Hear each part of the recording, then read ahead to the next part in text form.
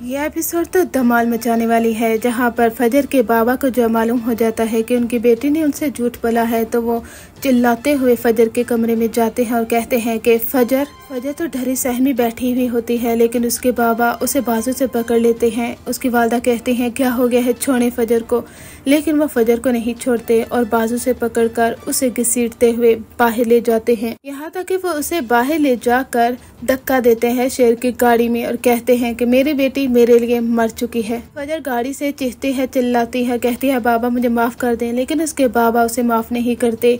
यहाँ तक कि फजर गाड़ी से बाहर भी आती है और कहती है कि बाबा एक बार मेरी बात तो सुने, आप मेरे हाथों से किसी का कत्ल करवाना चाह रहे थे, मैं ऐसा कैसे कर सकती हूँ बाबा, मैं अपने हाथों को खून से कैसे रंग सकती हूँ, एक पेशेंट को मारकर क्या सारी जिंदगी में सुकून में रह सकती थी। आपको सिर्फ और सिर्फ ये चीज नजर आई कि वो दुश्मन का बेटा है, लेकिन ये नजर नहीं आया कि आप अपनी बेटे के हाथों एक गुनाह करवाने जा रहे थे। लेकिन उसके बाप के सर पर जू तक नहीं रेंगती, यानी उसे किसी चीज का असर नहीं होता और कहता है कि बस मेरी बेटी मेरे लिए मर चुकी है। उसे धक्का देते हैं, फजर जाकर टकराती है शेर के कंधे से। शेर कहता है कि आप लोगों को क्या हो गया है, क्या आप अंधे हो चुके हैं, कि आपको अपनी बेटी की मोहब्बत नजर नहीं आती, और मैं यहाँ पर दुश्मनी को खत्म करने के लिए आया हूँ, लेकिन आप सिर्फ और सिर्फ दुश्मनी को बढ़ावा दे रहे हैं। बरसों पुरानी दुश्मनी के नतीजे में आप अपनी बेटी को क्यों कसूरवार ठहरा रहे हैं।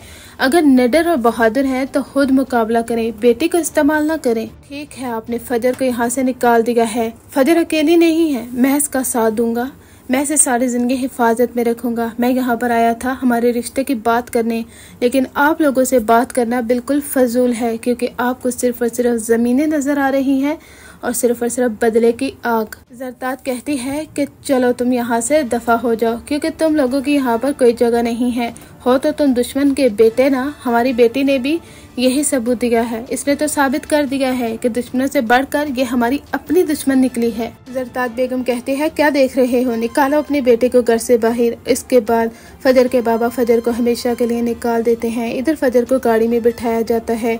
शेर भी काफी ज्यादा परेशान होता है और फौरन से उसे हॉस्पिटल लेकर जाया जाएगा, यहाँ पर उसका ट्रीटमेंट किया जाएगा। फजर को जब होश आता है वो काफी ज्यादा रोती है और कहती है कि बाबा मुझे माफ कर दें, लेकिन उसके बाबा तो वहाँ पर नहीं होते। शेर उसे तसल्ली देता है और फजर उस पर भी गुस्सा करती है कि तुम वहाँ पर क्यों आए, मेरे बाबा मुझसे मोहब्बत करने लगे थे, लेकिन फिर दोबारा से वो नफरत करने पर मजबूर हो गए। अगर तुम वहाँ पर ना आते और रिश्ते की बात ना करते तो आज बाबा ऐसा ना करते।